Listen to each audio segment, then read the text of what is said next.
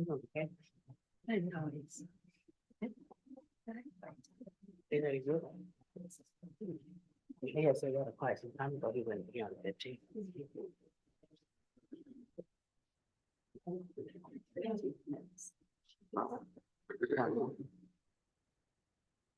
Right. It is 7 o'clock, so I will go ahead and call this meeting to order. If we can start with a moment of silence, please.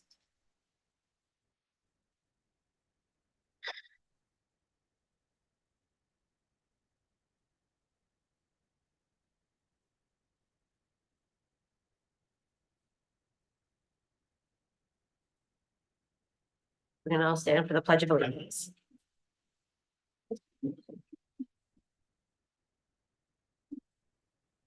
I pledge allegiance to the flag of the United States of America and to the republic for which it stands, one nation, under God, indivisible, with liberty and justice for all. City Clerk, if you'll take roll call for us, please. Councilmember Williams, Present. Reed, Jackson, Here. Lawler, Davis, Present. French, and Mayor Snyder. Here. Just as a reminder, if you happen to have a cell phone on, make sure that it's on silent or turn it off, please. Do I have a motion to approve of the agenda? So moved. Support. All in favor, say aye. Aye. Opposed? To start our meeting, we do have a couple of presentations. First off, we will have a presentation on our wildflower crossing development. So it's Angela Harrington? Angel, all right. The floor is yours. All right, my name is Angel. I am the sales agent for Wildflower Crossing. We've been invited here today to go over what Wildflower Crossing is doing in our community. So they're bringing brand new affordable housing into the area, giving people more options, brand new options at an affordable cost. We are developing a fantastic community amenities for our residents, such as the dog park, the playground, clubhouse, on-site staff, larger lots. Each home comes with a shed. We have plenty of areas to run and play catch, so we have lots of green grass areas, so it's very open. And we do all this with the mission to keep it affordable. So our lot rents stay low. They don't do big hikes. We partnered with Clayton Eco Homes, which is a energy efficiency initiative. They are a very green company. We even have what's called zero energy homes, which they're among the most advanced in the nation in terms of energy efficiency. So we have those homes available for service now. And we have three occupied right now, and they are amazing homes. Our here community is comprised of 3 and 4 bedroom homes. All with 2 bathrooms, and we have developed into 3 phases. So phase 1 is a total of 117 lots. All of them are occupied right now. We are currently in phase 2. We have placed 15 homes. 5 of them are occupied. 10 of them are available. Once those are all built, we will begin phase 3, which consists of another 171 sites for homes to go into and be affordable. January is the property manager. She was unable to be here today, but she is very committed to providing an excellent community with management involvement and more than property involvement. They are very big into resident relations, and so we want to have a really good community and have a really good relationship. Do we have any questions for Angel while he is here with us? I have a question. Not to revisit, so to speak, sad news, but last year there was a tragedy, with a student. Have you put measures in place to avoid such? How do you ensure the safety of So students? we got together with the school district, our vice president, our regional, everybody was involved in that. And we worked together to create a plan to make it safe for the kids. So the bus is no longer pick up the front entrance, which is what the school had initially asked us for. We now pick up in communities in 2 different places. We pick up on one corner where they wait in the yard and then overhead to the boxes. So we don't have the kids all the way up by 27 off the park, so it's really much safer. So Angel, you said that there was currently 117 units Occupied, correct. occupied. And then in the next phase, how many more do you anticipate going up? 112 would be 112 in phase 2. So full occupancy, all the way down to that everything finished, is gonna be 340. 340. Awesome. Thank you. Anybody else have any questions for Angel? No. Good. Thank you. All right, thank you. All right, next we have Virgie Ammerman with an EDC update.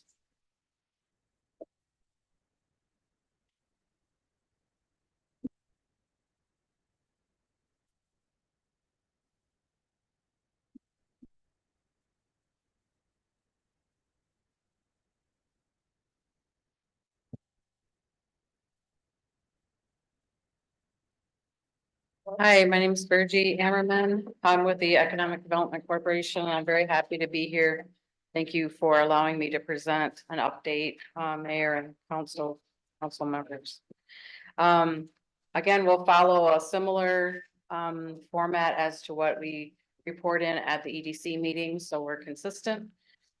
We typically report in on the competencies that are required of the EDC offices, and those are governance, leadership, community relation competencies, and fiscal management. So in those areas this past month, we were excited to have 2 new board members come on. That's 3 total recently. So we're working on the onboarding and educating and trying to help them get up to speed on what has been happening and what our future plans are. We continue to work on policy creation and working with task forces. In the leadership area, this month coming up, in fact, today we hired a new executive assistant and board liaison, so that person will assist with getting meeting packets out timely, because I know that that has not been happening, but that person will be helping with that, so I'm excited for that. And we also are hiring a new grant and program administrator. We've also contracted with a new marketing firm, LKF Marketing, out of Kalamazoo. And the reason we're doing this is a strategic move. We want to make sure that Albion is getting out in front of all the potential for both the Blue Oval, for their supply chain, and for our new industrial park. So we want to make sure that everyone knows everything that's happening in Albion, and this will be a good way to focus our marketing, not only internal to Albion, so people in town know what's happening, but also external as we're looking at funders and investors. From a fiscal management perspective, we're operating to budget, and we are working on the continued sale of a couple pieces of property. And our multicultural 10-point plan goals, that's another document that we reference when we set our goals for the year. We continue to negotiate and purchase a piece of property on behalf of the city of Albion for the new water tower placement. We are working on sponsoring an Eagle event. June 3rd is the most recent date, so cross your fingers that that one sticks. And it'll be from 5:30 to 6:30 at the Ludington. And Eagle will be giving us some instruction and education on the term brownfield. So every funding source in Michigan uses the word brownfield in a different way. And so we're going to try to get a dictionary and be able to say, this is how brownfield works here. This is how it works here, because there's a lot to learn. So Doug Coop has been kind enough to say he will come over and spend some time with us. It'll be about 45 minutes, 15 minutes for question, and then I think your study session starts right after. So trying to do it when everybody can make it. we are working on an Albion Marshall Regional Employer-Led Collaborative 2.0. This is our second year to do the employer-led collaborative where we are offering two types of training, either Dale Carnegie training or some MMTC trainings, which would be specialized for industry. So we're growing our portfolio of the available training, and companies that are interested can still get involved. This is the last week and we are putting the application in at the end of this week. So currently we have about 12 companies, one from Marshall, the rest from here in Albion. And we have Consumers Energy, which is kind of all over. So a really good pool of employers this year, and it's part of the Going Pro program. But this is something where employers of different industries can come together and do training. We are supporting the Neighborhood Improvement Authority for the city of Albion. So we have drawn a map of where we think that Neighborhood Improvement Authority might be. We're going to take it in front of the EDC board so that if there's any questions at the EDC level, and then bring it here, and city manager will be tackling that at the council level. So the point of that would be the Watson Street housing, and also we would include the Dalrymple site. So eventually we could do housing there, and this is an opportunity to try to demonstrate our excitement for developers to come in and develop. So it would give them some tools that they wouldn't have without it. It doesn't come without some cost, so I think that's why it really would be important when city manager presents it here to understand the cost impact. On our 5-year goals, we are working on the East Albion Industrial Park. We are and will be working on site accumulation the rest of this year. So that item will look like it is a rinse and repeat, but it is. So those things take time. So we're working on accumulating that land. We are also doing expansions in the West Albion Industrial Park. That would mostly be Colson and a couple of other opportunities that are coming up. We are attracting established commercial businesses. We have several in the pipeline, probably too early to talk about who they are, but we do see some good things happening. We also are trying to support Austin Avenue and the North-South Eaton corridors with a potential corridor infrastructure authority, which would also give developers and people that are investing on those corridors an opportunity to get some of their dollars back and to be able to save some money in their development process. So as we look at coming out, like we already have a downtown plan, now we would have, uptown plan and some other corridors where we could attract additional commercial property. In our housing champion goals, I attended a MISHDA all grantee in-person meeting, first time they ever had one in 10 years. So all of us that have a various type of grant were able to come together and meet each other. I think there were probably 300 or 400 people in the room, so it was kind of exciting to be a part of that. There's 8.6 million available to Region J, which is the 8 counties in the lower southwest corner of Michigan. And we were a part of the housing, establishing the housing trajectories and plan for that 8-county region. And the 8.6 million is the second largest in the areas of Michigan. There's 60 million in total, so 8.6 in our 8 counties, 12.5 in the counties north of us. So it's pretty clear the state is focusing on housing in Southwest Michigan. So pretty exciting about that. And we today applied for the My Neighborhood Grant application. Thanks to the city manager for writing a letter of support for that. We have done some work in the last month or so on the housing needs here in Albion. And I know I sent out a big report, and then I tried to send out a summary of the findings. So I am kind of hoping that that will spur a conversation, maybe even between the EDC and the city, because I think, it's such a big project. It would be good to come together, maybe have a session on that.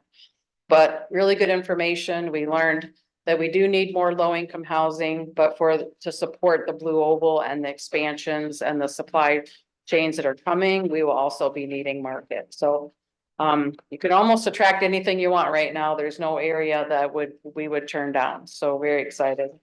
And then we are recalibrating the Kennedy Green housing development process by establishing a couple new partnerships and then just refreshing that application and getting that ready for October. So that's our report.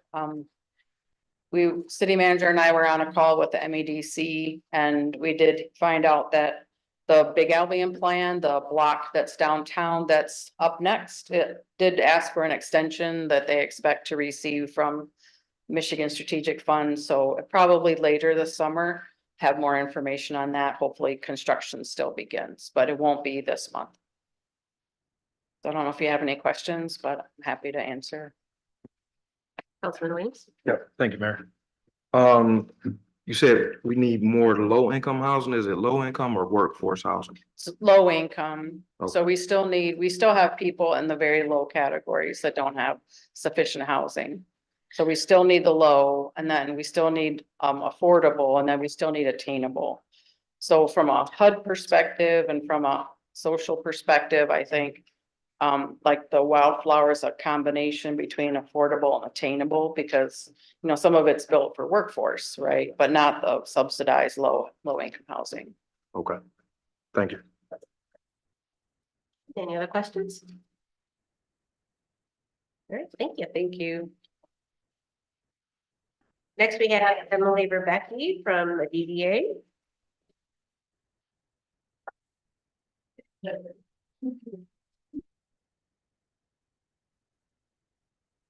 Good evening, council members and mayor, city manager. My name is Emily Verrecki. I'm the chair of the Albion Downtown Development Authority.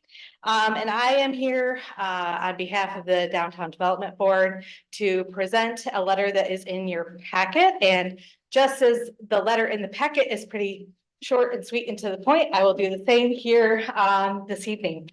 The purpose is really to bring this to the forefront and to ask that the city council, city manager's office initiate work towards developing a comprehensive road repair plan. We, as the Downtown Development Board, really feel strongly that not only does the condition of our roads in the downtown district, but also in Albion as a whole, that negatively impacts both visitors' experience to the downtown district and Albion as a regional area, and that it also is negatively impacting opportunities that we have to recruit, to attract future businesses, future residents, future organizations. So that I think with everything that is going on with development all around us, that we are potentially setting ourselves up to miss out on opportunities if we don't take some of the initiative and try to start moving that forward. And so part of the purpose of the letter is also to let the council know that the DDA is here to support in whatever way that we can in your work.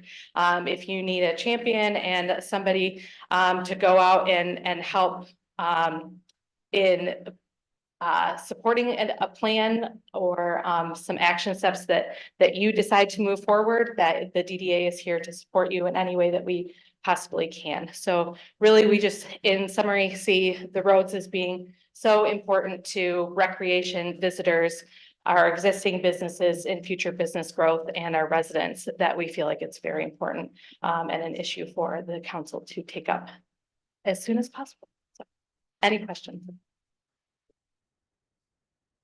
Thank you. Thank you.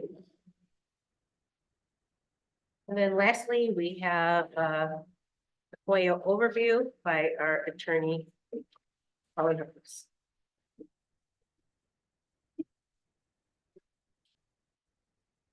There used to be a time when I could do this without my glasses, but no longer. So I just want to give council just kind of like a refresher on the Freedom of Information Act, because the city consistently gets FOIA requests from other agencies outside of the city and from citizens. So I just want to give you just a little brush up so that we're all on the same page. Next slide, please. So, okay. What is FOIA? The biggest thing that I want to impress upon council is it's basically a statute that's designed to promote transparency. It's so that there are regulations for the disclosure of certain public records, which includes records of the city council and the city departments. It allows people to either examine them or get copies and basically find out how government is working. Next slide, please. Who can make a FOIA request? Just about anybody. An individual person can make a FOIA request, a business, an LLC, another governmental entity. It can be just about anybody, but it does not include prisoners. I suspect that's because people in prison generally have more time on their hands and they probably baked that one in to avoid a plethora of FOIAs. But so basically how it works is somebody has to make a written request directed to the clerk's office. It has to sufficiently describe the record to allow us to know what they're looking for. It can be made via letter, fax, or email. We have FOIA forms that are available to the public on the city's website. Ideally, people will use those and we try to direct people to those, but under the statute, all someone really needs to do is submit a email request or a handwritten request or something to that nature to the clerk saying, I'm looking for a copy of this document. And the actual request has to go to the entity that has a document. And so the classic example that I like to use is sometimes the city will get FOIA requests for people being booked into jail. Well, we don't have the jail here. The jail is in Battle Creek. So if they want a copy of that video, they need to send a FOIA request to the sheriff's department, not to the city. So next slide, please. All right, here's a big one that I really want to work with council on. So unless the person making the request and the city agree, the statutory deadline to do our initial request is 5 business days, not 5 days, but 5 business days. And then the city can do a statutory 10-day extension if they need to. So what that means is in that first 5 days or 5 business days or 10, 15 business days, if we do the extension, is we have that period of time to tell the requester their request is either granted in part and denied in part, or denied in its entirety. That doesn't mean we have to turn over all the documents within the 15-day period, but we have to do our initial response within that 15-day period. Next slide, please. So depending upon the size of the FOIA request, and many of you already know, some of the FOIA requests we get are quite sizable. I have reams upon reams in our file room at my office. If the total cost of redacting the records and copying the records exceeds $50, the city can charge a deposit of 50% of the total fee. Generally, what we'll do is we'll provide an estimate of what the total deposit will be, along with the total overall fee that we anticipate, and the estimated time for completion for locating and redacting the records.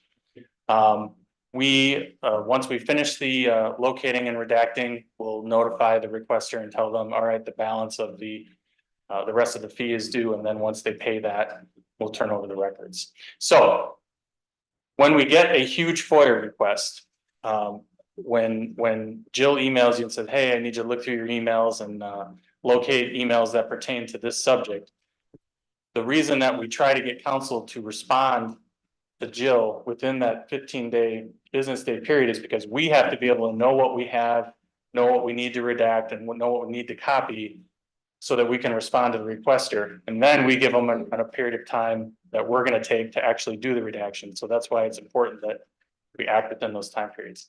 Next slide, please. Here's another one that I really want to touch with council on. What is a public record? So it's something that's either prepared, owned, used, in the possession of, or retained by a public body in the performance of an official function. It can be handwritten, typewritten, printed, photographs, pictures, sounds, symbols, videos, maps. It's pretty encompassing. The ones you're going to see the most for city council are emails and text messages. The biggest thing about FOIA is a document production statute. It is not a document creation statute. So when we get requests for FOIA and it says, well, I want a list of all of these records that the city has. Well, we're not obligated to create a list. We can produce documents that are responsive, but we don't create lists. I've had council members, when we do FOIA requests, basically make their own list, which is nice, you know, it's good to have that organization, but we're not required to do that. We're not required to create anything. We just are required to produce what we have. Next slide, please. So a personal email transmitted not in the performance of an official function is not a public record. So if you email another council member on your personal email to ask if they're free this weekend, that is not going to be a public record. Just because you're a council person, it doesn't mean it's going to be a public record. When I email Ms. Reed and ask her for more recipes so that I can cook for my wife, that is not in the performance of official function, despite the fact that I do that very regularly. Now, if you use your personal email to email another council member and ask them, well, how is your precinct responding to the upcoming millage proposal? That is in your performance of a public function, and your personal email thereby becomes subject to FOIA. So it's very important that you recognize that even using personal email, cell phones, things like that, it can make what otherwise would be personal, and it can transform it into something subject to FOIA. Sending a personal email through the city's email system, as long as it's not, I mean, it might be a violation of city policy, but in terms of FOIA, it's not an official function, and it won't be a public record. Next slide, please. What's exempt from FOIA? There is a very long list within the FOIA statute. I've just picked some out that generally tend to come up more often than not in terms of the city's FOIAs. It's going to be information of a personal nature that would constitute an invasion of privacy. So by way of example, personal addresses, personal cell phone numbers, dates of birth, things like that. Records or information specifically exempted from disclosure by statute. So when I do a memo to council regarding my legal opinion on a particular thing, that's going to be subject to attorney-client privilege, and it's not going to be subject to FOIA. Social security numbers are exempt under FOIA. We do a lot of bids in the city. That bid is not subject to FOIA until it's opened, along with the rest of the bids. So those are just some examples that you'll see a lot. It's a non-exhaustive list. An interesting thing, we're not required, except for certain things like social security numbers and things like that, to actually redact what we do because of the obvious problems that we could have if we don't. Next slide, please. All right, so how does it work when we deny a request? If the city makes a determination to deny all or a part of a request, they can appeal that to the city manager. Basically, all they have to do is write the word appeal on a piece of paper and say, this is why you should reverse the decision of the city. The city manager will make a decision on that. It has to be within 10 business days or 20 business days if the city manager requests an extension. And the city manager can either uphold the denial, reverse the denial, or grant it in part and reverse it in part. And you know, that actually was a situation that just came up. We had our public safety department denied a FOIA. It came to my office, I reviewed it, and I consulted with the city manager, and the city manager ended up denying in part and reversing in part. And some information was turned over and some of it was continued to be withheld, but that's how the process works. If they don't want to do the appeal to the city manager, they can file an action in circuit court to compel the city to comply with freedom of information, and then the courts would make a determination on what has to be turned over. Next slide, please. So what happens if FOIA is violated? So if somebody takes us to court and wins, the court must, meaning it will, award reasonable attorney's fees, costs, and disbursements. Now, reasonable attorney fees only applies when somebody's actually represented by an attorney. If somebody just on an individual basis files an action in court, they're not going to get attorney's fees because they're not an attorney. If the court finds that the city arbitrarily delayed or withheld records, in addition to actual damages, the court would give $1,000 in punitive damages. So there can be real penalties if the city arbitrarily withholds documents. And then if the court finds that city willfully and intentionally failed to comply with FOIA, the fine is not less than $2,500 and not more than $7,500 for each occurrence. So that's why it's very, very important that when we get a FOIA and Jill says, okay, I need emails and anything else that this FOIA request asks for that might be in your possession, it's very important that you turn it over. Because if we don't turn it over and then somebody finds out that that record existed and it was intentionally withheld, the city can be on the hook for a large amount of money. Next slide, please. So I picked out just a couple of legal cases that kind of highlight some of the exemptions. I won't go through all of them, but there's a couple on there that just indicate, you know, the home address is something that would be exempt under the privacy exemption, so we don't give out home addresses. Personnel files of employees are generally subject to FOIA except for law enforcement because there's a separate carve out for law enforcement. I already touched on the email thing. Just because somebody sends an email through a public email system doesn't mean that it's necessarily subject to FOIA. If it's purely of a personal nature, it's not going to be conducting business, so it's not going to be subject to FOIA. And that's, I won't, like I said, I won't go through all those, but those are just some examples. Next slide, please. All right, record retention schedules. I also want to talk about talk to council about this is when we're talking about keeping emails, keeping documents and things like that.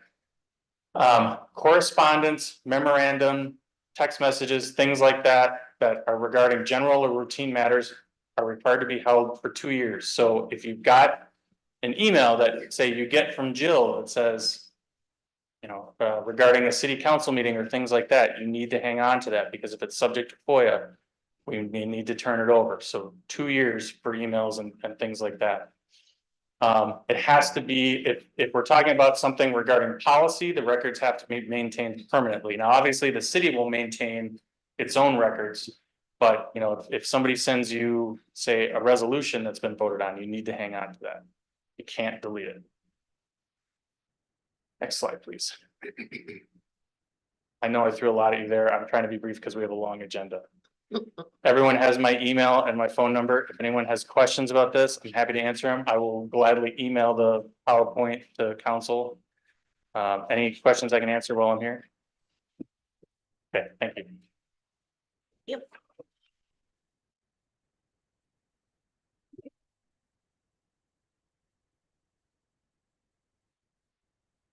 All right, next on our agenda, we have a public hearing for the Michigan Community Development Block Grant, otherwise known as CDBG funding, for the Michigan State Housing Development Authority, MISTA, Housing Improving Local Livability, which is also known as the CHILL Homeowner Improvement Project.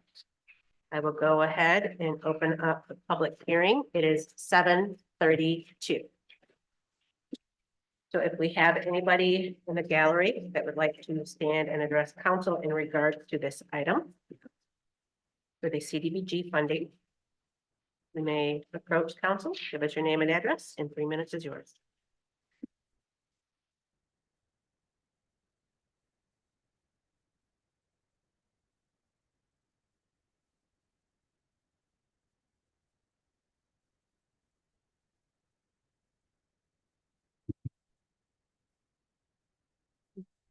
Seeing none, I will go ahead and close the public hearing. It is 7:33 p.m.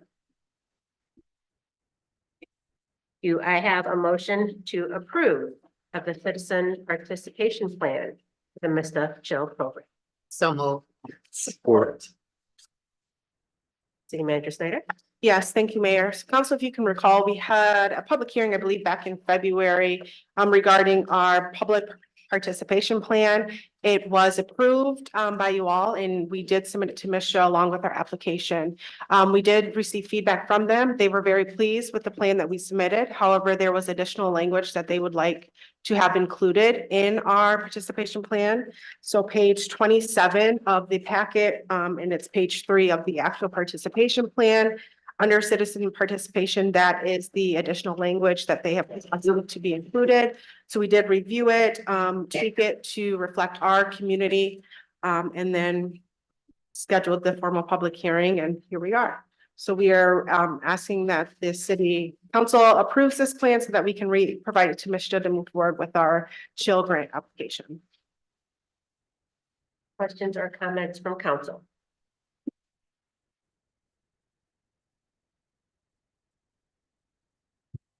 Seeing none, City Clerk Domingo? Councilmember Williams, Yes. Reed, Yes. Jackson, Yes. Davis, Yes, and Mayor Snyder. Yes. Public comment. If there is anybody in the gallery that would like to stand and address council in regards to an agenda item only, you may do so at this time. Just give us your name and address, and 3 minutes is yours.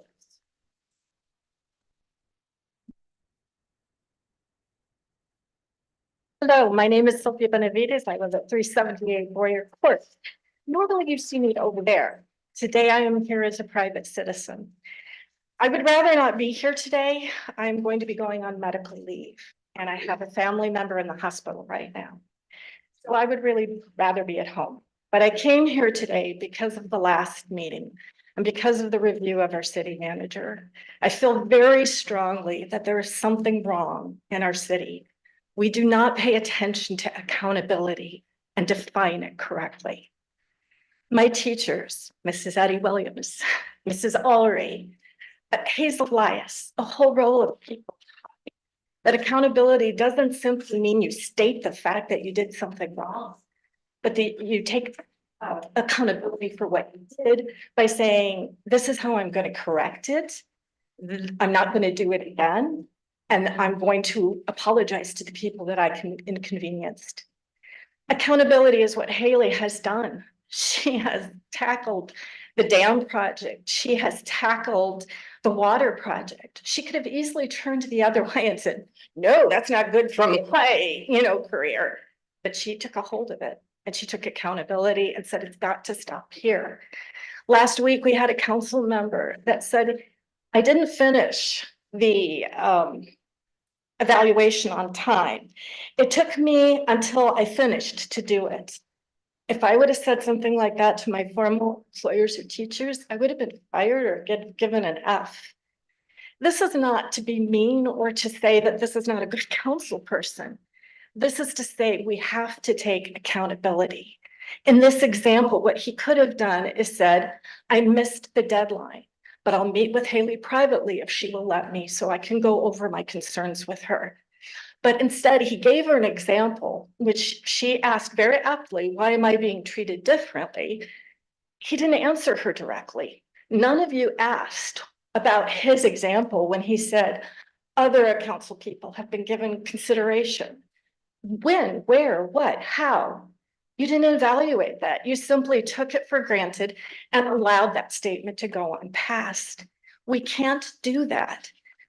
What we have is a lack of trust for all of you in some way or form. And that's not going to change if we're not accountable.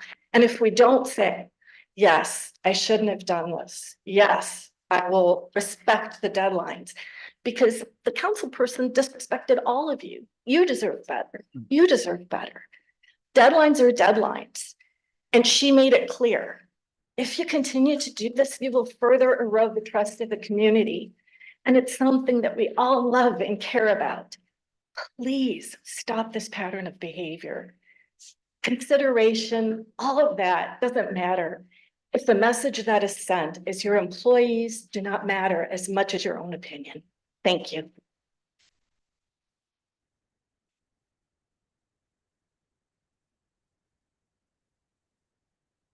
Would anybody else like to stand and address council?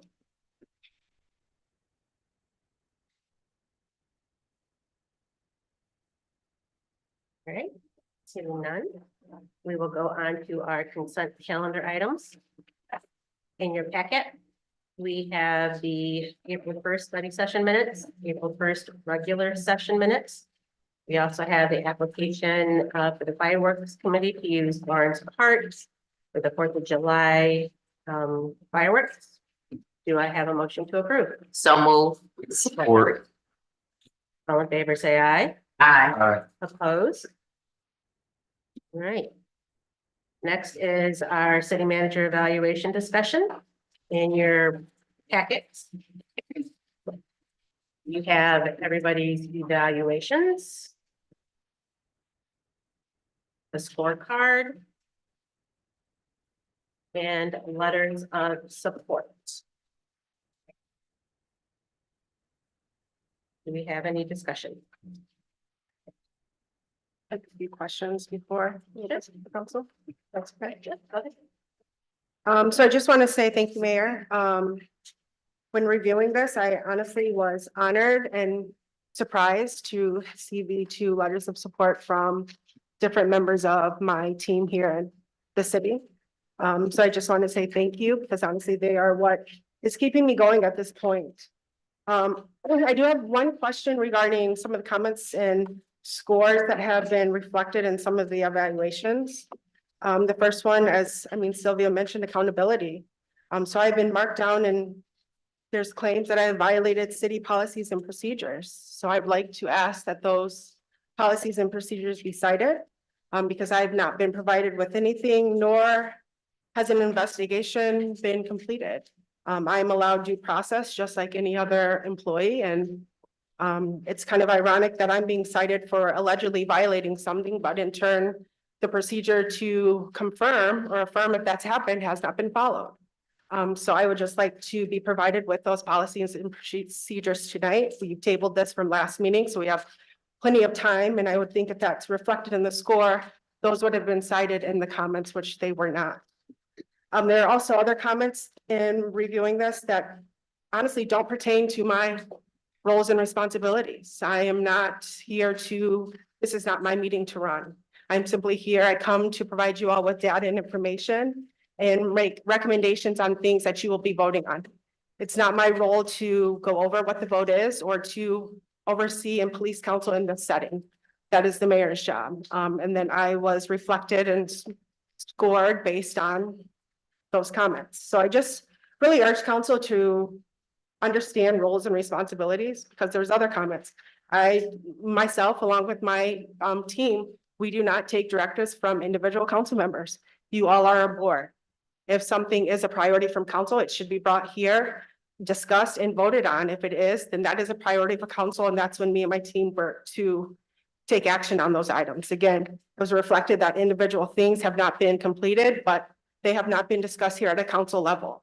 So again, I just would really urge council to review roles and responsibilities. I do appreciate some of the comments and feedback that I've received from other council members.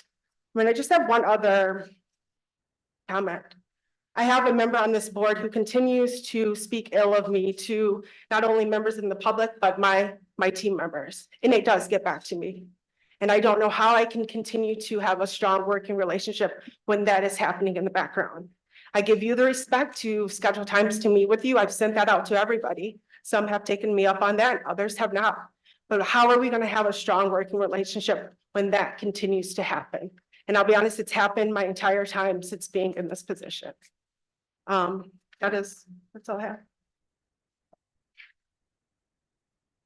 Other questions or comments? Yeah, I got questions. What? The first question that was asked, whose evaluation does that pertain to? Yours, Councilmember Williams. Mine? Yes. Okay, so are we talking about a specific item number? Yes, let me find yours. Is it 5? I don't know. I have to.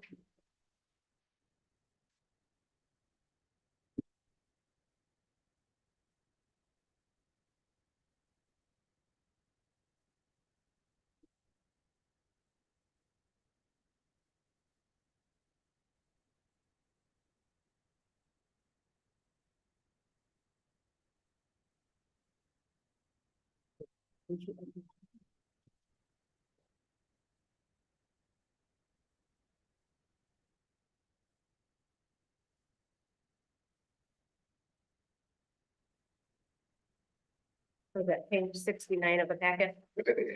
Page 69. Judgment and decision making.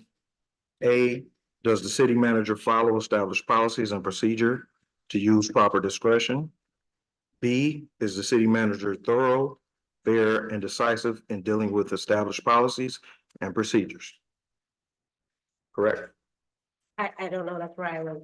Okay, well, I'll write what I said. Certain procedures and policies aren't followed at the discretion of the city manager, which lead to division in the work environment. This could be improved by relying on policy and procedure to dictate organizational decision-making and maintaining a standard widely known throughout the organization. What I was citing was an email that council was sent appointing two employees to roles within the city that was not posted on it wasn't posted and offered to other employees.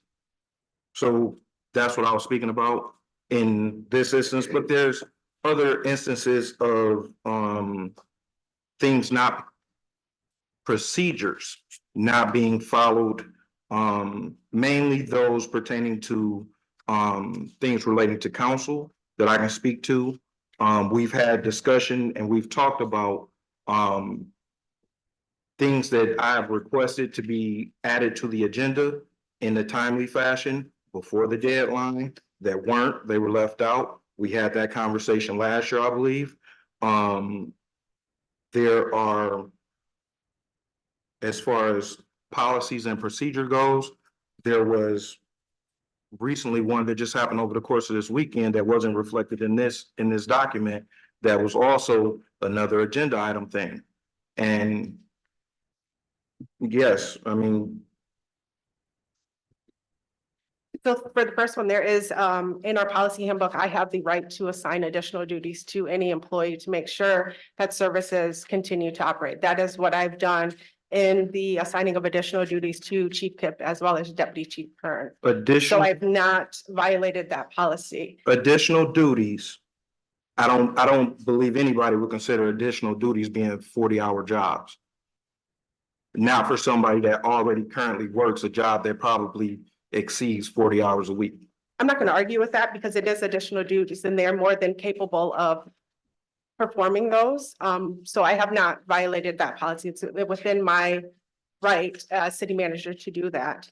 Okay. In terms of the additional agenda item, you did request a closed session with the labor attorney. That's not up to my discretion because he provided the legal memo during the last closed session. So I can't make that call if there is legal right to have a closed session.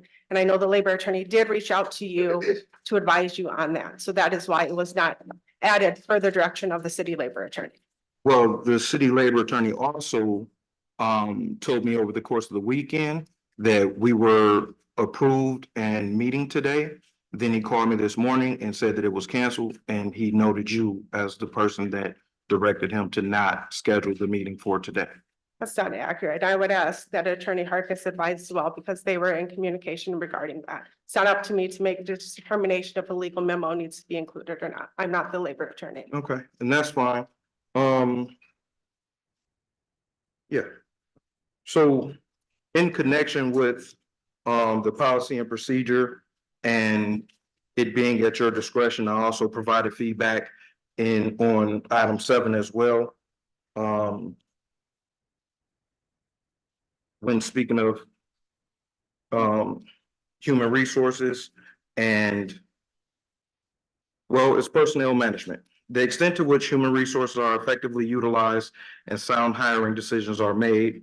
My review was a 1. That was for A. For B, the city manager sets a good example and provides proper motivation to other city employees. So what I wrote was the city manager lacks foresight in addressing staffing needs through hiring for attrition. Currently, some director and deputy level positions are tasked with multiple roles outside of their full-time positions. This is an area of concern because of the lack of focused attention on these roles due to positions not being filled with full-time qualified employees. Hiring for strengths and ability would allow each current director and deputy to focus on their day-to-day work tasks more effectively. The city manager should work on developing and maintaining professional relationships. This may help to ensure that employees feel valued and respected. This would help to lower turnover in director level roles and throughout the staff. So, yes, it is at your liberty and discretion to make these decisions. And This just so happens to be the venue and format in which we can communicate how we feel about those decisions so that you're aware and also provide you with the feedback to either decide to argue over them or take it into consideration and implement new behavior and new practices as a result of it. One of the things that we have consistently had conversations about that I've led the charge in discussing is employee relations. That has been a concern of mine, and I think due to some of the conversations that we have, my review of you has been extremely fair in the fact that there are things that have taken place that we probably don't want to discuss here. I mean, it's an open session, so we can. However, this is not the only format that you can communicate your concerns with. When I sent that email out, I sent it out to all staff as well as city council. I believe the only council member to contact me with a question was Mayor Pro Tem Jackson. So you all have the opportunity to reach out to me, schedule a meeting to discuss things further if you do have areas of question and concern. Again, this goes back to 2 employees that I've assigned additional duties. I've had several conversations with them and they did not feel, and if I did not feel that they were capable of performing the work, we would pursue a different route. I encourage you all to talk to employees to see how these changes have affected them, because we've actually made a huge strides since putting these measures in place. The DPW morale has improved drastically since the removal of 2 individual employees. We are actually providing them with proper equipment. They have proper direction and support. Look at their facility. Huge improvements have been put into lifting them up. So I encourage you to reach out to the employees to get feedback from them. Thank you, ma'am. I understand that there may be things that are getting done that weren't getting done before. And through management, those things should have been addressed, and it seems like they may have been addressed. But that still does not, it doesn't negate the fact that we have employees who are already crewed and staff that were hired to do a job at 40 hours. And like I said, maybe over weekly, that are also doing separate 40-hour weekly jobs. I'm not sure where everybody works, but I work a 7-day-a-week job. It totals out around 56 hours a week. There is no way that my employer could come to me and ask me to do another 40-hour-a-week job, because I just wouldn't have the time in a day to be able to do all of that work at a very high level. So my feedback is that something is being neglected, especially when those the people that were hired from those roles work in a department that was short-staffed by at least 4 people. So somebody has to make up the slack for those 4 people, but instead of that taking place, they're installed into other departments in order to work in addition to, as you referred to. So yes, this is a concern of mine, and I apologize that this is the form that we have to have this conversation in, but it also could have been held in closed session where we could have had this conversation and we wouldn't have had to do it in front of the public. It doesn't, the public setting does not bother me. I requested this. Again, this is not the only format that you can communicate with me. You have my telephone number, you have my email, you are able to come in and meet with me. As I said, I appreciate your concerns. However, I will restate it again. I communicate with all of my department heads. They did not feel that they are able to take on these duties. I would respect that, but I feel like both parties were comfortable with what's been made. Happy to say we just recently promoted 2 sergeants. We're in the process of getting additional PSOs into the police academy. So things are being addressed. We're working to promote and train individuals to take over when people do retire. That is all in the works in multiple departments. So I appreciate your raising your concerns. But again, I would like that you cite the other procedures that have not been followed and provide that to. Well, I believe I provided enough information, especially when I wrote it in the document and verbally just brought it to you. I don't see what else you would like to discuss as far as that goes. But if there's another question as far as my evaluation goes, we can have further discussion. That's all my comments. Okay, you also mentioned that there's a board member that you have an issue with that feel attacked or I something didn't like say that? I don't have an issue with any of you sitting here. Okay, There's a board member who continues to go and speak ill of me to members of the public, members of my team, and it does come back to me. And I would ask that, why? Reach out to me if you have concerns or if you have questions. How are we supposed to have a well-working relationship when that is happening? I don't do it to you all, and I would ask to be treated the same. And I've dealt with this since being put in place as city manager. okay. I can only imagine that that doesn't have anything to do with me directly, so I don't have anything to say about that. But you are correct, that should not be taking place, and you should be given the benefit of the doubt, and it should be reviewed in accordance with the evaluation. Councilman Davis.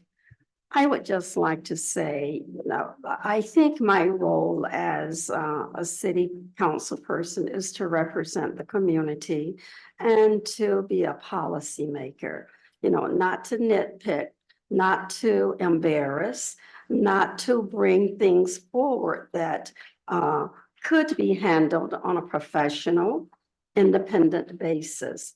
To bring things like this in front of the public, my question is, what is the purpose? What purpose are we trying to achieve?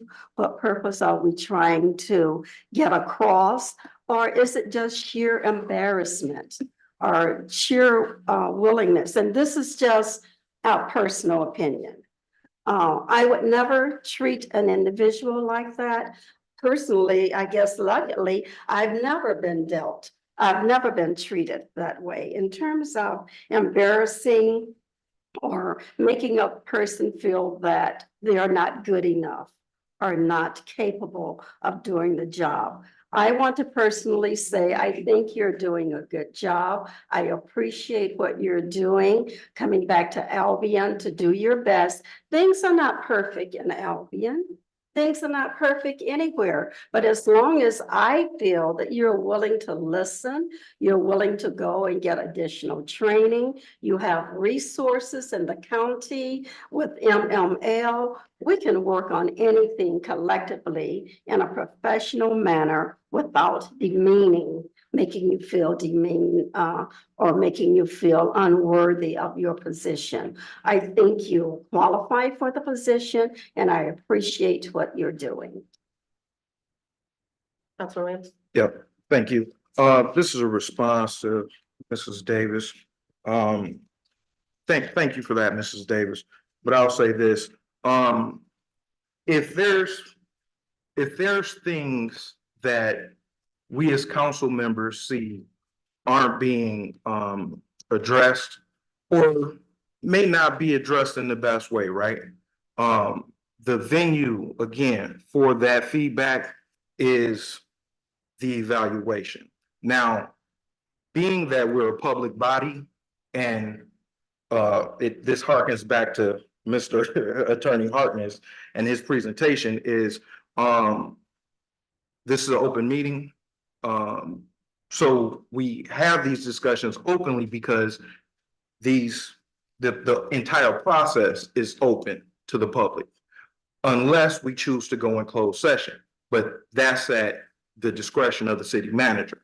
Now, we could come in here and just put bubbly and filler things in here, or we can try to direct the ship a little bit closer to target so that we can get to where we need to be destination wise by providing helpful information so that behaviors and actions can change, not just the way a person feels. So if you take a look at my evaluation, you see where I mentioned things about the brownfield and how we could possibly work together more so with people, the departments that we have here, but with also outside stakeholders.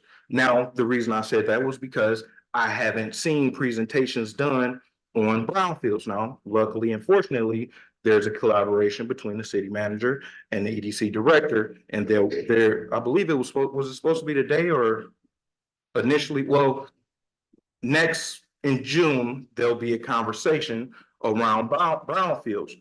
But this has been the bane of our existence as far as outside of roads, as far as development goes, because we have so many brownfield sites because we are an industrial city or were an industrial city. So like the Dalrymple Street project that she mentioned earlier, the dog park, many different sites throughout my precinct and my neighborhood are and have contamination. So when we meet here for this, I understand that it's something that may be hard for people to do, to provide actual feedback that could be pertinent so that we don't handicap the person that's in the leadership role as far as the city goes, but to encourage them, but also I have to provide you with them steps and them rungs on that ladder that you're missing when we're going to where we need to get to. Thank you. Just in response, I'm not against receiving feedback if you have areas of concern. However, with all of our employees, we don't just hold off if they're underperforming and just wait until their evaluation, because that's setting them up for failure. We reach out to them, we provide coaching and counseling. We're making sure that they understand where they are underperforming so that when we do sit down for that evaluation, it's not just all bombarded and like, well, I never knew about this. There are plenty of times when I communicate and send stuff to council where I get no response from any of you. So this is, it's a two-way relationship. When I communicate and send you all stuff, just acknowledge if you have questions, send those back to me, but that does not happen. And I'm not against getting feedback or, like I said, raising the concerns, but there's a way to do it so you don't have to save it all for this moment, and that's not happening. I'll also say, there were things that preceded the actual evaluations that were brought to the attention of council that had no other place to present themselves other than in the evaluation. Thank you. You know, I would like to know what those things are, because a lot of times sitting in this seat, there are a lot of things that go on that come to the council table that I have no idea where it came from, why we're discussing it, and information that obviously is shared amongst some people, but I'm not involved, I'm not included. So all of us are bombarded at one time or the other with new information that we are not included in the conversations that are happening. But I think to negatively nitpick on a person's evaluation isn't right. It's just not appropriate. And I don't think anyone should do that to another person. You know, there are other ways of addressing issues other than nitpicking on the evaluation. I don't see that. Well, that you have a right to your opinion. Yeah, that's This what I'm is saying. my That's opinion. what you have is a right to your Okay, opinion. thank you. You don't, it's not Okay. necessarily nitpicking, it's how you feel about what you're saying. So my point that I was gonna bring up, and I think the city manager already addressed it. Evaluations, information in an evaluation shouldn't be surprised. As a supervisor, as an employee, you discuss these issues throughout the year until you get to that overall evaluation. And anything that's written in an evaluation should not be a surprise to either party. So I think we do need to do a better job. If you have concerns, if you have questions about actions, that those need to be addressed right away and not wait to be put on an evaluation. Because like we all know, it's not fair to either party. Councilman Williams. I don't believe any of that to be true.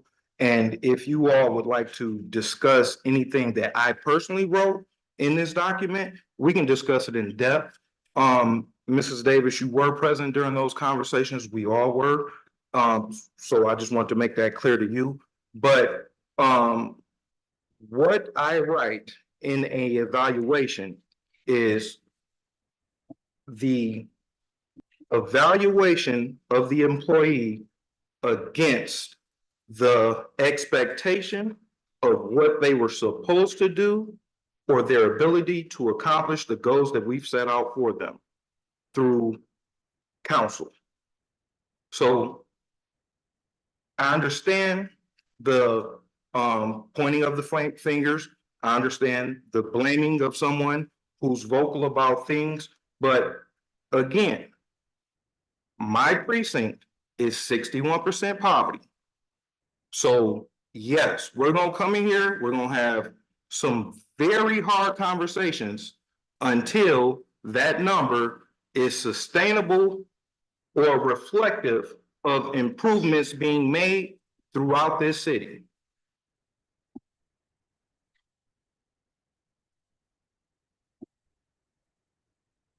Abraham Jackson. Yes, thank you, Mayor Matt. I think we kind of get off sometimes and we get them personal. That sometimes I don't speak and they say I might speak in riddles because I don't like to direct anything towards a person per se. So at this time, we should be talking about the position. And then also on page 66, it tells all of us at the beginning of the purpose of the city manager's evaluation. And that's kind of where we should all stick, is at the valuation, and it's just giving feedback. There's not anything of a setback here, no more than an evaluation. So we say that we've been in business for quite some time. Sometimes I wonder if we even understand what evaluations are, people's opinions are, and individuals saying what they have to say on these evaluations. That's why I've always told you guys this evaluation needs to change due to the fact of what we get into that is like almost like nonsense, because it's her evaluation. She has what she needs to find out from the individual that put it there, and those two having that conversation, because it tells you on the first part here that someone can give a snapshot. They're giving them a snapshot so that they could become better, not to put them down per se. And so she has the right to say how she wants to, and vice versa. And we need to leave it there, and we don't need to add any more to it. And then the other per se, I know she would really be upset if it's down from any time where she can't get the target that she needs inside of her evaluation, and that is getting her bonuses and everything else. But to my knowledge, what he's put in there is feedback from him. And to my other knowledge, I do agree with you. And if any of us are going back out into the field and putting you down, they need to bring all that to you. Some of these conversations do come right here, and we all are hearing them, but sometimes some of us don't hear it because we repeat those same things over and over here, and everyone is looking at it like, what are they talking about? Why is they arguing between one another? We don't have to. It tells us right here at the beginning what we're here for, and this is all we should be here for. And then we need to let that go. And that's just where I'm at. I think right now, as even a hierarchy, this should be done. If she's satisfied and got the answers from him or whoever else, and even that individual, if you don't want to speak to that individual here, please make sure you make an appointment to speak to that individual and whatever else you need to do. Because you shouldn't feel like that, because I wouldn't want to feel like that. That needs to be settled. Okay, but us going around this, and then we get put in the paper because we said this, that, or whatever. We don't need all that. I believe we're coming together for the better. So right now, this needs to stop. We need to go forward with you guys settling that and that other issue that is very effective to you right now, especially in the course of where you're at. Thank you so much. Any other comments? Really, you good? Sure.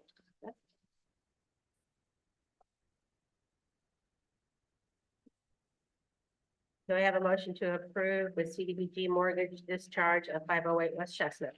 So move. Or Attorney Hartness. So as I indicated during our study session, this is a community development block grant from the late 80s that had been outstanding for a while. The property owner has paid off the mortgage, and so this is just a vote to authorize my office to submit and record a discharge of the mortgage with the county register of deeds. Questions for Attorney Hartness? City Clerk Domingo? Councilmember Reed, Yes. Jackson, Yes. Davis, yes, Williams, Yes. and Mayor Snyder. Yeah. Do I have a motion to approve the Senate Row invoice? So move. Support. City Manager Snyder? Yes, thank you, Mayor. Council, if you can recall, I did authorize an emergency expenditure to address issues we were having with our anaerobic digester at our wastewater treatment plant. You did approve the first invoice, I believe, at one of our March meetings. So here is just the second invoice for that project. Again, that was just removing waste materials that should not get into our treatment plant or the facility. And this is being paid out of our solid waste fund, and the invoice amount is $83,147.86. So just asking for approval so we can get this paid. Questions for City Manager Snyder? Mayor Pro Tem? Just a little explanation of the solid waste, fund. So that is any waste materials that can go along. We use it for like street sweeping, just preventing waste to get into the city system. So it is funded by a millage, and this waste material is not the sewage waste that you think of that gets processed through our wastewater treatment plant, but rags, actual garbage. And I have pictures if you would like to see what has been pulled out of the digester. So No, I don't these think- funds are allotted to remove that from the system, and it's covered under that. All right, thank you so much. Any other questions? City Clerk Domingo? Councilmember Jackson, Yes. Davis, yes, Williams, Yes. Reed, Yes. and Mayor Snyder. Yes. Do I have a motion to approve resolution 2024-13? The resolution setting the policy for the submissions of evaluations. So move. Support. Attorney Hartness? So we discussed this during the study session. This will set a policy moving forward so that everybody on council and the two administrative officers that answer to council, myself and the city manager, are all on the same page. Moving forward, the mayor and city council will be provided with the evaluation forms and the self-evaluation at least 2 weeks prior to the submission deadline.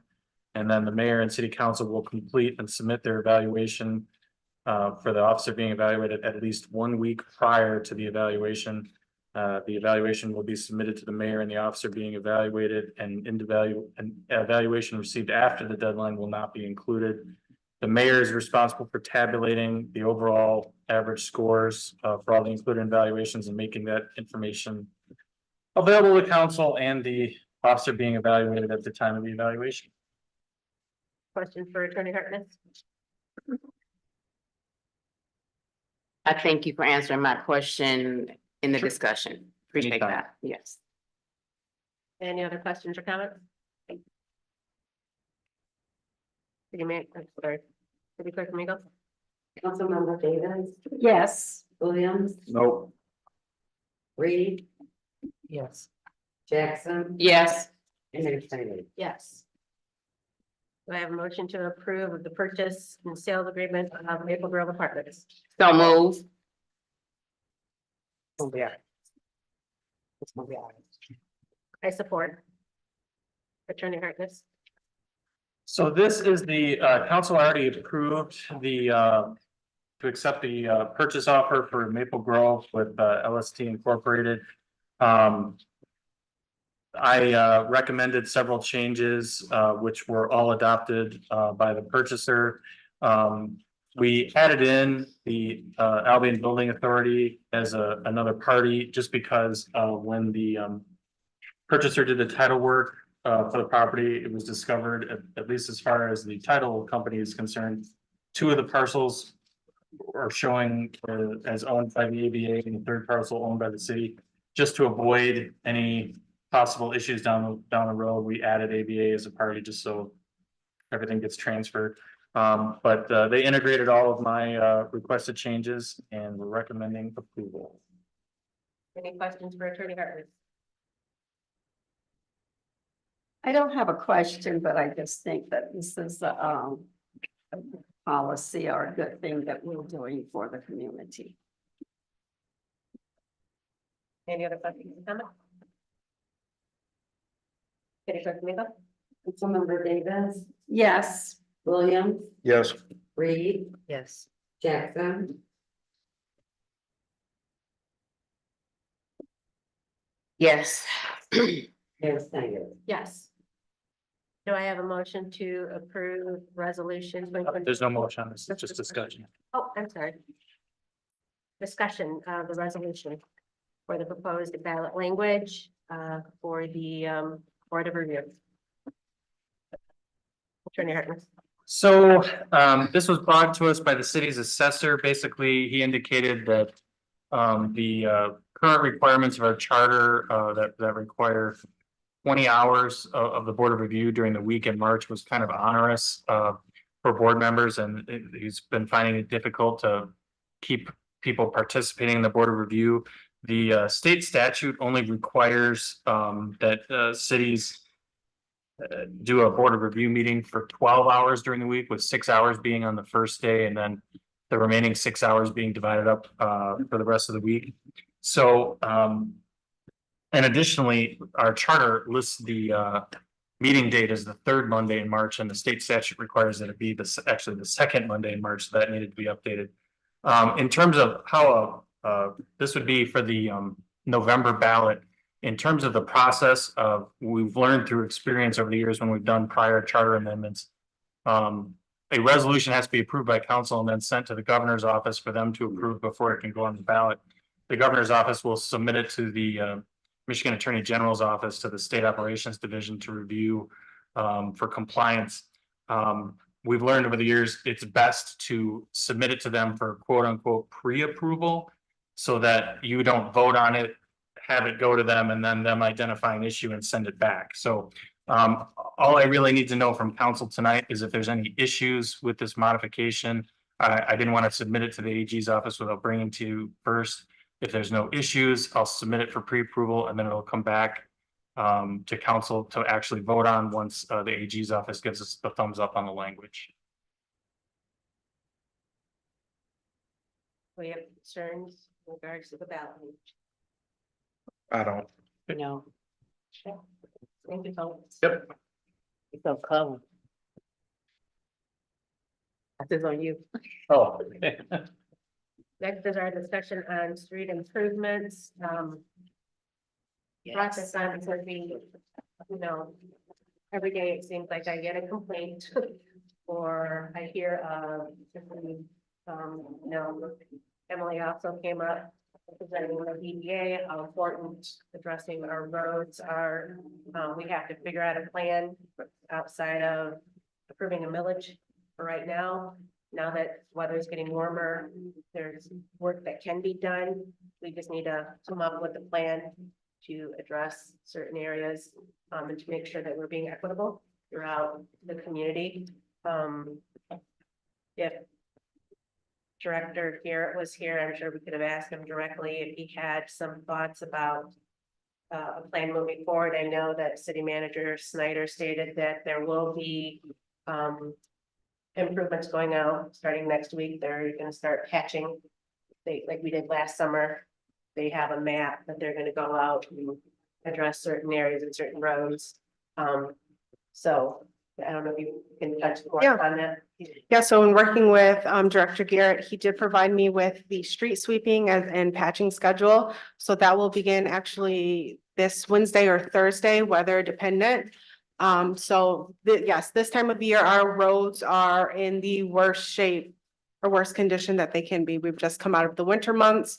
During the winter months, we use cold patch, which is not as durable as the hot patch material. So that is truly just a temporary fix. When we get more snow plows, it usually is ripped out of the potholes that they are able to patch. So right now, yes, our roads are probably at the worst that they look worse than they already are. So I'm working with Director Garrett and his team to come up with a plan to address those. I just want to provide council with some information. So we do have a current street millage. It is set to expire at the end of 2025. So we levy 3 mills to go towards our roads. The pre-capture revenues for 2024 is $298,245. So that is what we are anticipated to collect to address our roads. That is a drop in a bucket when it comes to the need here in our community. I hate to say majority of our roads, our average Pacer rating scale is a 2.3, which means majority of our roads are in failing condition. That the Pacer rating scale is the scale from, I don't know, 1 to 10 or 0 to 10, and obviously the lower it goes, it's failing, which means those roads require full reconstruction. The last, I know just with inflation, I've been told it is roughly $1 million per mile for road improvement work. So if we're only capturing roughly 298,000, that does not go very far in doing road improvements. I know everyone else, well, let's go for grants, and we have been applying for any road funding that is out there and available. Unfortunately, a lot of the grants that are available are strictly geared towards major roadways. Not a lot of them are able to be used on our local roads. We did secure one back in 2019 that was used for the 1st, 2nd, 3rd Wild and Hartwell Street. They did just recently announce they are opening that grant application up. Unfortunately, since we were already awarded one, we are ineligible to apply. So they make it very complicated to secure funding. Unfortunately, the burden falls on the local municipality to address our local roads. And those are the complaints that a lot of us are hearing, are the conditions that our residents of the roads that our residents live on. So we need to keep that in mind. Even if we do apply for grants, it's very rare for a grant to be 100%, cover 100% of project costs. They typically require a good match, require a commitment. Again, we have to have those funds available to cover that match. Again, 298,000 does not go towards a lot. When you're talking over $1 million project, that it's very limited in even securing that match. Unfortunately, we have to sometimes forego doing road projects to allow our street fund to build up so that we have a sizable amount of funding available to do road improvements. So I'm working with, like I said, Director Garrett and his team to identify some type of plan that we can still address our roads until we have the funds available to do full reconstruction projects. We're researching different equipment that we could possibly purchase and have train and build up our staff to be able to perform some of the work. But we need to take advantage, I guess, revisit our current millage. I know we tried to do the millage renewal to increase it to 6 mills, and that roughly doubles what we bring in. It still is a drop in the bucket, but it gives us more funding to work with. So I'm just sharing this all as information for you all to consider. Take that back to your constituents, because I know we all hear about our roads, the condition of our roads, and something that we just have to understand, because when we were doing those town halls, well, I'm not going to support it if my road's not taken care of first. There is no shortage of need here in our community. Our roads didn't get this way in a few years. It's taken decades of kicking that can down the road and not properly doing the preventative maintenance work, making sure that we do have street improvements built into the budget each year. So it's going to take some time to address all of our roads here in our community. So we have one option is our millage. We've talked about possibly doing special assessments. However, I would not recommend doing that for road improvement projects, because when you go after a special assessment, that falls on the residents that live along that roadway. So they're paying directly for that road project in addition to a road millage if we have that in place. So that's a bigger burden to put on our residents instead of possibly revisiting just a higher millage amount. We could also look at issuing bonds to do a broad road improvement project throughout our community. However, we have to have the funds available to make that yearly bond payment. Again, we have to collect that source of revenue from somewhere. So those are, I provide that with you because those are kind of our options on what we're looking at. We did submit a neighborhood road project for federal appropriation dollars to see if that's one way that we can tackle this. We're trying to be as innovative as possible, take advantage of all opportunities that come our way. But we're going to have to figure something out. Do we have any thoughts from council? I'm in agreement. We know it's important. We know we don't raise enough right now to do much. For sure. And we have to build that stockpile of resources in order to do big projects when we can, so, yeah. Yeah. Yes, and I really think it's gonna take a lot on the council as well to talk to our constituents, like she said, when we were at some of those meetings, they were saying that they didn't want to you know, vote for that mill just because it wasn't their streets. But I don't think a lot of people understand it. When we get in these roles and we play these roles, some of these things or whatever has been planned, was planned before we even got here. So we have to come in and we have to suffer for some of the consequences people have done in the past. And so that gets put all on us that we didn't do what they wanted to be done. We didn't say what you guys wanted to be said. I'm just gonna keep it real. And then we're here trying to help clean up some other things that can help us move further. That we're trying to put people down, but we want this millage just as much as you do. But as much as we try to do something additional, that water bill, that affected every last one of us. I was like, what did we do? You know, but still, those are things we have to do to bring Albion forward. So we need more of you to come with us than come against us. Talk to us separate to find out why we're saying no or yes to something. It's not here to put put her somewhere that way. We need to do things that are right for the city at the time, not at the time, but for the long haul. Things have been done for this city. And it only took care of that time, right then and there. And now we're down in the hole because of the past, instead of worrying about what, if it was going to last for the whole 5 years, the 6 years, or the 10, it was only good for that time when they did it. So now many places and many roles are suffering because of what has been done in the past. And some of the other roles are just perfect in some of the areas. And then it comes to, it's a racial thing, it's a this thing. No, it's not. It's just the way it was planned 4, 5, or 6, 10 years ago. So we need your help now to help us to go forward, to do what needs to be done for this city of Albion. That's what we need. When you come down here, we need your help. Talk to us. Tell us what you would like to do. Because 10 years ago is in our laps right now. 5 years ago is in our laps right now. And we look like the bad people. That's all I hear. And the paper doesn't help us. It puts us down even further because it's like we're against the mayor. We're against the city mayor. We're not against these people. I know I'm not those people myself. I want what's truthful, what's honest. Integrity is gonna keep us going. We keep falling backwards. I'm tired of Albion falling backwards because we want to do things because of certain individuals. We want to do it for the whole community as a whole, and that's what we're down here for. Something that was brought up at Councilwoman Davis's town hall, and I can't remember who brought it up, but the thought, training our employees to do the large patch work, maybe investing in machinery that the city can own and utilize to do the large patch, There are several streets where you just have a large patch, pothole after pothole after pothole. And you see the small repairs, and the small repairs don't hold.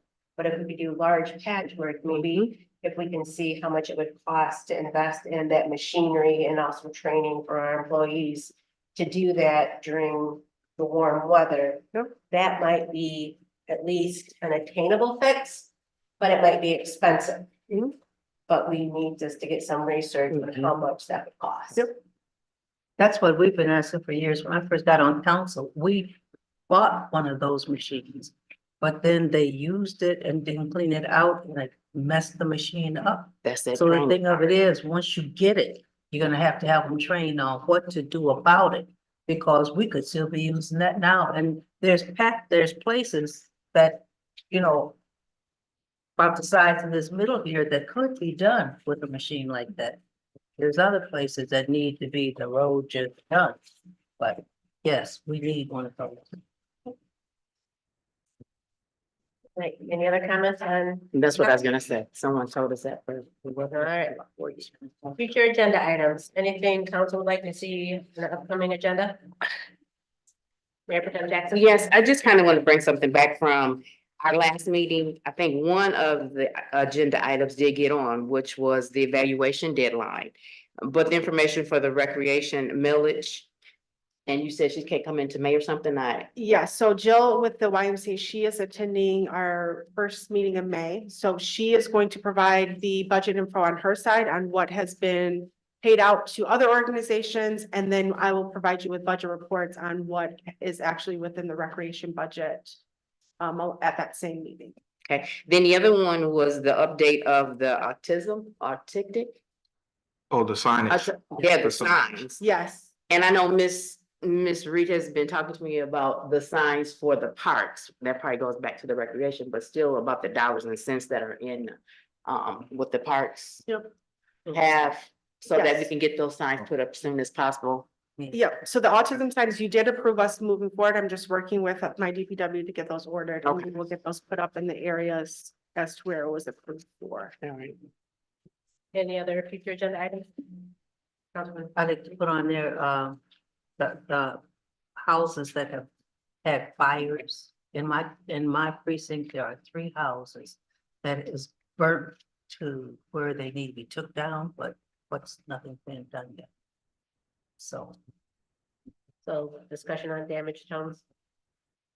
on burnt houses and what's going to be done to remove them or leave them or something. It's messy. Any other? Maybe Councilwoman Davis could bring back some more information about the fire alarms as well. I mean, we've had some fires, I mean, in different precincts, I mean, in her precinct and then in her precinct, like she says, but I know she was working with them. If we could even have another meeting in every precinct so that they're getting these fire alarms. So we just been blessed that no one's life has been taken. And I know you just did an awesome job with that, so I think we should just bring it Yes, back we to that. do, and we have a meeting planned. Okay, now Okay. you answered the question. As a result, it's going to be it's going to be in May. May, So we will make an announcement once we get a okay with Chief Kill. okay, great, wonderful. Thank you so much. Any other future agenda items? Public comments. At this time, if there's anybody in the gallery that would like to stand and address council, you may do so at this time. Just give us your name and address and 3 minutes is yours.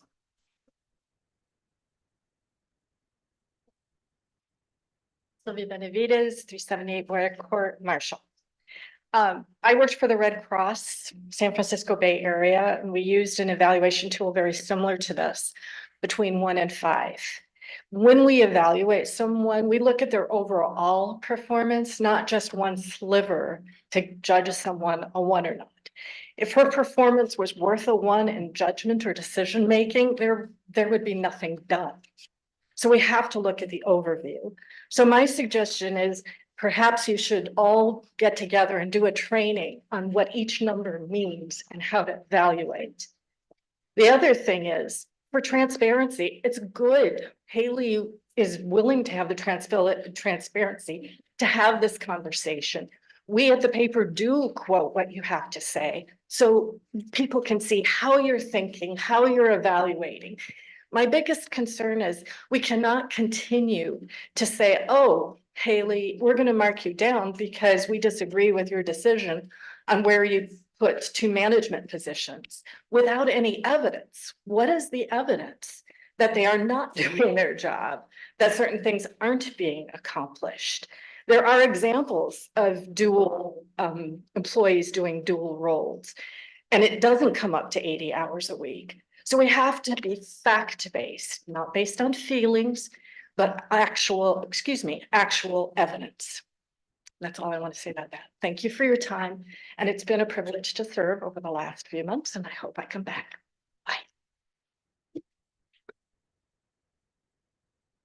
Bye. So I wasn't gonna say anything, but I just can't. After hearing her talk, I have to respond. Like, Have to identify yourself. I'm Mitchell Event, 921 Berry. She's speaking, obviously, she first came and said she was speaking from a personal standpoint. Then she said she was speaking on behalf of the newspaper. but she just spoke and said something about the paper. Either way, it's the narrative that I come from an environment where if you either shit or get off the pot, excuse my language. And so he's trying to hold her accountable. He is her supervisor to some degree, and all of you are. And he made what he thought was his personal assessment of his performance, of her performance. But I'm hearing Ms. Davis trying to take the man's voice away, and he's clearly a councilman. And it's just crazy that, for me, anybody who has any competence or has any sense would just lead this community. They will run. They will run because there's the newspaper is tied in with the city. The narrative always is self-serving to make sure that everything gets painted in a certain way. Anyone who speaks up and tries to show they have confidence, they get bullied out the door. And then we have people like Ms. Davis, who I would think would support the community. She showed a lack of support in many instances. The school board, in this instance here. Yeah, but I don't care because I don't have nothing to lose here. So it's whatever. I mean, send me out. It is what it is. But my goal is to lead this city because no one wants to take full accountability. You know, everyone, how can you have an employee be a union member and a salary employee? I've never saw that anywhere. So he mentioned, I'm only speaking on what was provided today in terms of how these people hold different positions. I've never seen nowhere in the history where someone can be a union employee and also a salary employee. The union have an issue with that. So it's these type of things where if people have any sense, they can read through the newspaper narrative. They can read through Ms. Davis trying to silence Mr. Williams. It's all fluff. And I come from an environment where if it's too stressful and you can't do it, you either use the restroom or get off the pot. There's no reason why we should have people having 2 full-time positions. Any HR person would speak against that and say, how can that be the case? Something is falling somewhere. And what kind of environment does that set? If you're having a person that's a union employee and also a salary employee. So for me, it's not even worth even coming here anymore. It's not even worth, this town is just not even worth it at all. My best thing is if you have a house here, sell it, period. Rent it out, leave. Thank you.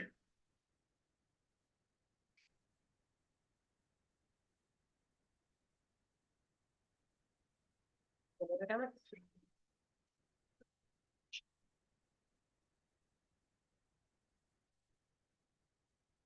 Good evening. Alex Harris, 16582 28 Mile Road. I just wanted to, I know a lot of people here, but I wanted to introduce myself. I'll be running for state representative for the 4th district, encompasses Albion. I look forward to meeting you, learning more about the issues, which I know we have several, and trying to do the best thing we can for these constituents. As a citizen, there's 2 things I wanted to address tonight. First off is the music that plays downtown. I'm just curious if we could end that quickly. It's been playing for 2 months now, and it is quite a nuisance for people that actually live downtown. You can't control the volume, your windows are right there, so just something to consider. And then secondly, the leaf blowers being used to clean the sidewalks. They start very early. Again, that's kind of a nuisance. 4 a.m. after the Festival of Forks, 6 a.m. a couple weeks ago. And as a business owner with a downtown business with glass windows, I do not want crack in those brand new windows. So that's it from that side, but I look forward to meeting you and doing the best job I can do. Thank you.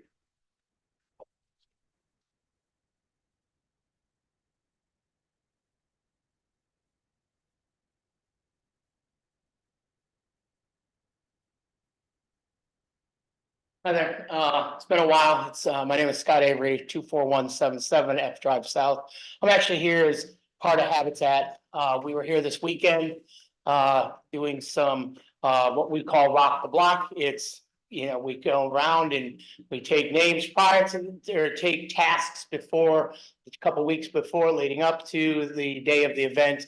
And what it generally turns out to be is a lot of yard work for people who can't do it any longer, or maybe their door. This time it was that, along with fixing someone's screen door and providing steps for them. And then a ramp was built. I cannot remember the street that it was built on. Maybe. Division. What's that? Division. Okay, so it was a pleasure to serve.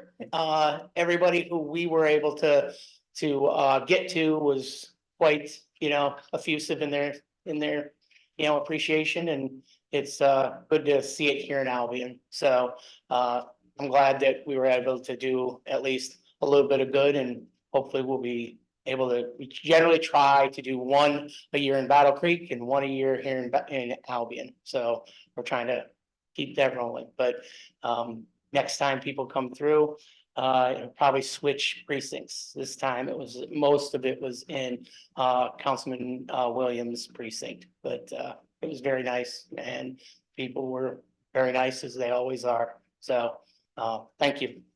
Well, he's one, I'm two, so next time. Okay.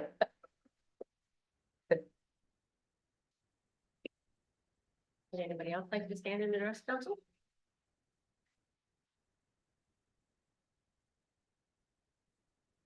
I'm Emily Brecky, 1217 East Porter Street. I wanted to just briefly share a big positive piece that is happening that is based here in Albion. So the first robotics team, NerdSpark, based here in Albion. Their home location is Innovate Albion, just right over here behind the Marriott. Performed so well, worked so hard over the course of this season that in their second season, and for the second time, they are returning to the world FLL, our first robotics competition in Houston. And so I think that it is a true partnership of nonprofit and for-profit businesses that are supporting robotics, advanced engineering, machining, all of those types of skills that are, whether those individuals become welders or engineers in the future, they're learning so many skills, and they are Albion area residents, and it's a hybrid program that also includes Canton area students. So the Canton students travel to Albion Fridays and Saturdays, most weekends, starting in January all the way through. Innovate Albion also hosts and supports area teams such as in Concord and Springport and Marshall, all the way down to our lower elementary teams. And then they are really our feeder programs up to the high school level team to be able to continue to go and compete on a world stage. So what I think is really amazing is that every time that the announcers, every match, they announce every single team and they say where they're from. So every match from Houston, and this is live stream, so connect to Innovate Albion and find out where the live stream is and try to see some of their matches when they're competing in Houston on Thursday, Friday, Saturday this weekend, is they say NerdSpark 9312 from Albion, Michigan. And that I think is just great. So watch some robots. It's not like battle bots. They're really not aiming to go out and destroy each other. There's a lot of, they actually earn points for cooperation, which I think is a really interesting concept where the teams work together to amplify their points. And this season is actually a hybrid of STEM and arts. So all the components have music references and performance arts references. And so it's been a really amazing sort of season to see, and it's coming to a great culmination with our representation from Albion. So go NerdSpark. Yeah. Right.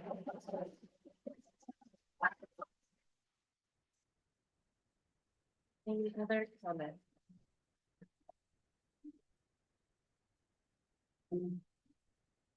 Right?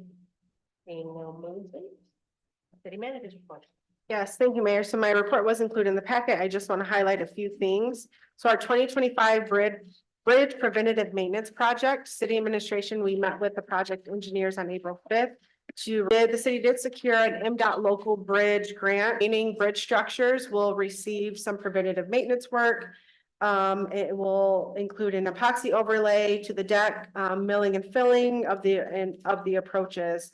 So the lifespan of this overlay is between 10 and 20 years. And the estimated project costs are $626,188. There obviously is a possible increase just due to current market cost, which could result in an additional $10,000 increase to the city. But once we know more and we get that project out to bid, well, if there is an additional increase to that, we will bring that back to council. Our water system improvement project, we had a financial review with Baker Tilly. Have been in the process of completing a rate study just based off of the different grant and loan funding that we have been awarded through the Drinking Water State Revolving Fund. Happy to say that the rate increase that we did back last year does meet Eagle's needs and requirements. However, there's a second piece to that project with the USDA. So we're still waiting to see what we will be awarded through the USDA to determine if an additional rate increase is needed. I did email out council their spring newsletter. It had great information on the importance of doing annual inflationary rate increases, on how that sets your community up to be financially stable and making sure our enterprise funds are funded and we're able to complete these capital improvement projects and just cover day-to-day maintenance costs and avoid having to do a double-digit, even a triple-digit rate increase and put that burden on our residents. They will be coming to provide an update to council on May 20th. So Andy Campbell with Baker Tilly will be here on May 20th to give you an update on where we're at with finance side for that project. Electronic utility billing. So just to ensure that our residents are receiving their utility bills in a timely manner, we have experienced some delays with the local postal service. We are looking to roll out an option to sign up and receive your utility bill electronically. Our finance office there working through getting that set up, and we will do that with the next billing cycle, which I believe is in May. So I did include the form in the packet, and then it will be available on the city's website as well as the main office downstairs if you wish to sign up to receive your bill electronically. And then Granger Yard Waste. So it's that time of year where they have resumed yard waste collection. It occurs every Wednesday. We did provide what is acceptable. Again, it's just standard brush, grass clipping, leaves, tree trimmings. If they do see items that are not allowed, you will be tagged with an orange sticker and your waste will not be collected. So just please remind your constituents of that. And then if you have any questions, you can contact our Jared May, our code enforcement officer. I did highlight or mention April 18th, we will start our street sweeping and patching. That schedule will be shared on the city's website, Facebook page. I will email that out to council as well. And then the tree dump will open April 27th. Passes are available for purchase for $20 here at City Hall. And that is all I have. Any questions for our city manager?